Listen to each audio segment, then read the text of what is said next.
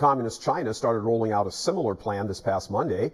For international travel, citizens will need digital or paper records with proof of vaccination and testing.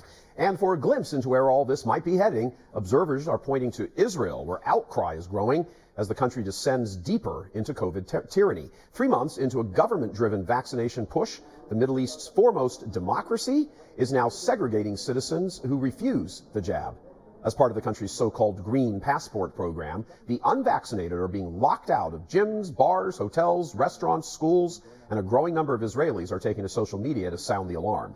They're making this green passport where half the population cannot get into theaters or malls or all sorts of things unless they're taking the vaccination. They're creating a medical apartheid. If I stop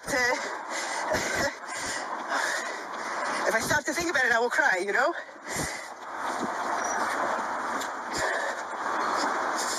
But meantime, we just keep fighting, you know? Fighting as much as we can. So we need everybody's help because whatever happens here will happen everywhere.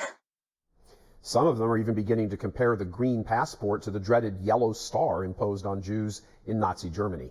If you do not submit to this wicked, demonic, tyrannical agenda, if you choose to say, you know what, I'm not ready to participate in this experimental program, then you are now considered a second-class citizen.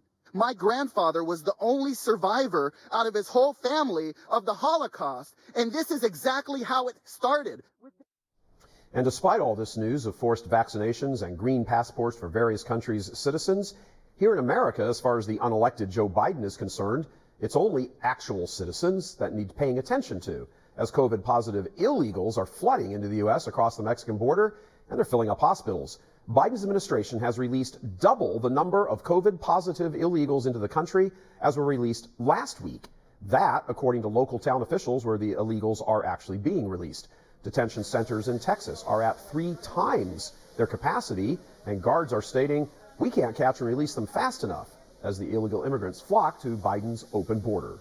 That since January, they have released upwards of 11,000 migrants. Compare that to 2020, the number was approximately 1,000. What about the thousands of migrants that are now coming because they see a green light on the other side of the Biden administration?